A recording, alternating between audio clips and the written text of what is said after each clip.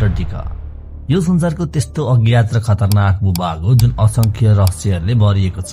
केही रहस्यहरूको समाधान त वैज्ञानिकहरूले खोजिसकेका छन्, तर धेरै यस्ता छन् जुन अझै पनि विज्ञानको सोचभन्दा बाहिर छन्।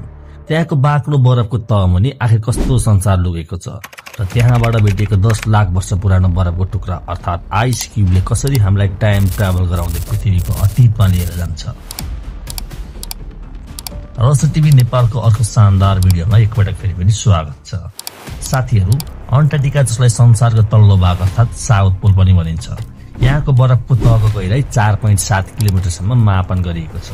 यो त्यति गहिरो छ कि बुर्ज खलिफा जतिको 5वटा अग्ला टावरहरू एकमाथि अर्को राख्दा मात्र यो गहिराई पुरिन सक्छ।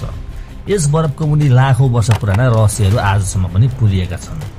सबैभन्दा पहिला हामी बरफ मुनि लुकेको जीवनबारे हेरौं। नम्बर 7। सन् 2022 मा अनुसन्धानकर्ताहरूले सेटेलाइटको इमेजहरूको सहायता लिएर अन्टार्कटिकामा रहेको लास्ट बी आइस सिल्फमा एउटा असामान्य निशान देखे।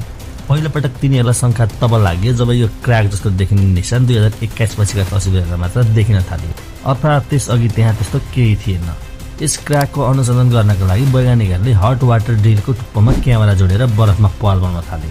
झन्डै 500 मिटर तल पुगेपछि उनीहरूको ड्रिल रोक्नु पर्यो, किनकि क्यामेराले अन्टार्कटिकाको बरफको तल लुकेको एउटा अनौठो संसार देखाएको थियो।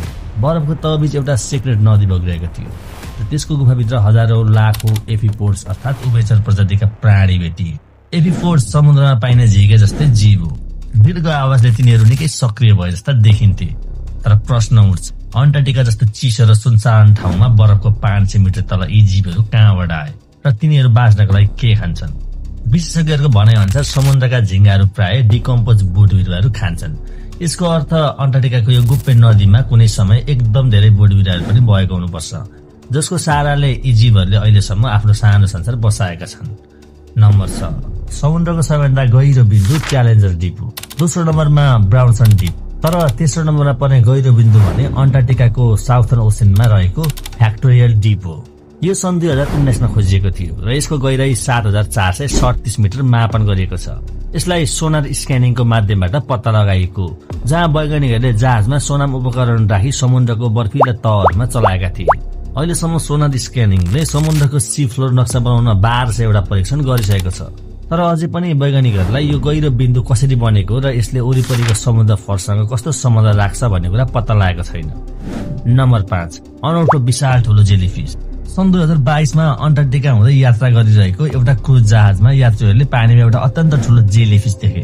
जहाजका सञ्चालकले पानी मुनि जाने सानो यन्त्र प्रयोग गरेर यात्रीहरूलाई त्यो दृश्य देखाएका थिए। यो जेलीफिस 33 फिट लामो थियो। यसलाई जायन्ट प्यान्थन जेलीफिस भनिन्छ।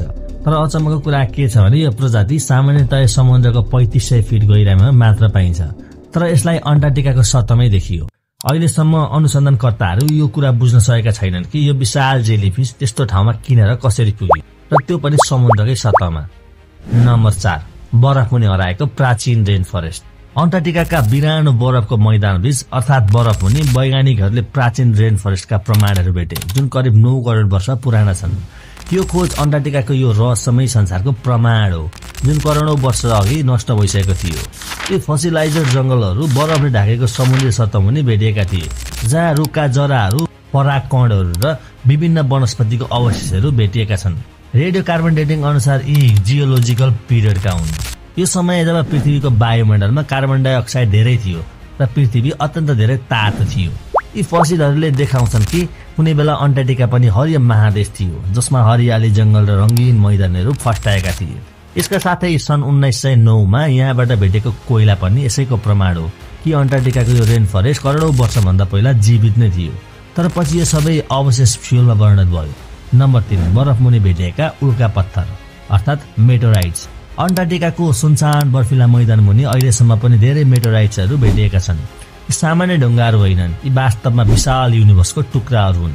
तीमध्ये धेरै मेटोराइट्सहरू हाम्रो छिमेकी मंगल ग्रहसँग सम्बन्धित रहेको पाइएका छन्। तीमध्ये एउटा मेटोराइट्सको नाम ALH 84001 हो।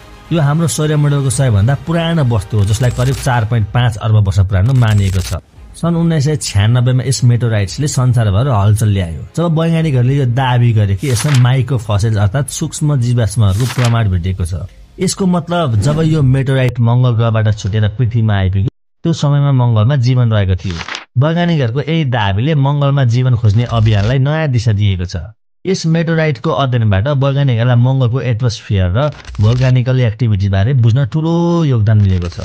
यसमा यस्ता खनिज मिनरल भेटिएका छन् जुन केवल पानीमा मात्र बन्न सक्छ। यो कुरा प्रमाणित गर्छ कि कुनै समय मङ्गल ग्रहमा ठूलो मात्रामा पानी बग्थ्यो। नम्बर 2, 10 लाख वर्ष पुरानो बरफ र पृथ्वीको अतीतको रहस्य। हाम्रो धेरैको मनमा प्रश्न आउँछ, वैज्ञानिकहरूलाई पृथ्वीको अतीतको वातावरण यति सठिक रूपमा कसरी थाहा हुन्छ? यसको रहस्य लुकेको अन्टार्कटिकाको बरफभित्र भेटिने प्राचीन बरफका टुक्राहरू अर्थात् एन्सियन्ट आइस फिगु। यहाँ हजारौँ होइन लाखौँ वर्षदेखि बरफ कहिले पग्लिएको छैन, जसको अर्थ ती बरफका तहभित्र लाखौँ वर्ष अगाडिका त्यस समयको हावाका साना साना बुलबुलाका रूपमा आजसम्म पनि सुरक्षित छन्। वैज्ञानिकहरूले बरफको कोर निकाल्न गहिरो ड्रिल गर्छन्। जति गहिरो बरफ निकालिन्छ त्यति नै अतीतमा फर्कन सकिन्छ। बरफको हरेक लेयरभित्र रहेका ती हावाका बुलबुलाहरू त्यो वर्षको वातावरणिक कन्डिसन जस्ताको तस्तै सुरक्षित राखेको हुन सक्छ। यी प्राचीन हावाका बुलबुला हजारौँ लाखौँ वर्षदेखि छेडछाड नगरी राखिएका छन्।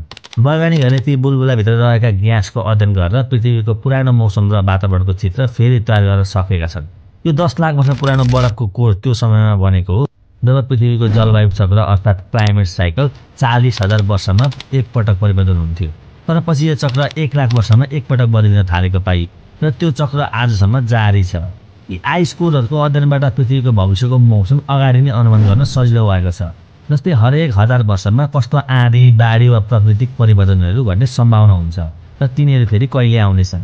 यी सबै भविष्यवाणीहरू यी बरफका कोरहरूको सहयोगकै कारण सम्भव भएका हुन्। नम्बर 1, बरफमुनि लुकेका रहस्यमय हिमपाहाडहरू। सन् 1950 मा वैज्ञानिकहरूले अन्टार्कटिकाको बरफको तहमुनि एक विशाल पर्वत श्रेणी खोजे जसलाई ग्याम्बुटसेट माउन्टेन रेन्ज भनिन्छ। यो माउन्टेन करिब 1200 किलोमिटर लामो छ र यसको पहाडको उचाइ 3000 मिटरसम्म पुगेको छ। तर अचम्मको कुरा के छ भने यी पहाडहरू संसारका अन्य पहाडभन्दा धेरै फरक छन्। सामान्यतया जहाँ यस्ता पहाडहरू हुन्छन् त्यो क्षेत्र धेरै पुरानो हुनुपर्छ, तर यी पहाडहरूको बनावट हेर्दा यी त्यति पुराना छैनन् भन्ने देखिन्छ। बरफका धेरै किलोमिटर तल यी पहाडहरूको अस्तित्वले वैज्ञानिकलाई अझैसम्म हैरान बनाएको छ। सामान्य रूपमा पहाडहरू टेक्टोनिक प्लेट्सको हल्लाइबाट बनिने गर्छन्, तर अन्टार्कटिकामा त्यस्तो कुनै प्लेटको मुभमेन्टै छैन। यसको मतलब यी पहाडहरू सम्भवतः पृथ्वीको तातो म्याग्मा उमल्दा बनेका हुन सक्छन्, तर अहिलेसम्म यसबारे वैज्ञानिकहरूसँग ठोस प्रमाण छैन। यसरी अन्टार्कटिका केवल बरफको महादेश होइन, यो एक रहस्यमय संसार हो जहाँ हरेक तहमुनि पृथ्वीको अतीत, भविष्य र ब्रह्माण्डका टुक्राहरू लुकेका छन्। आई होप कि रहस्य टिभी नेपालको यो भिडियो तपाईँलाई मन पर्यो। भिडियोलाई लाइक, सेयर गरेर नबिर्सिनु होला र तपाईँको मायाले भरेको कमेन्टहरूको आशा गर्दै फेरि अर्को शानदार भिडियोमा भेटौँला। बाई।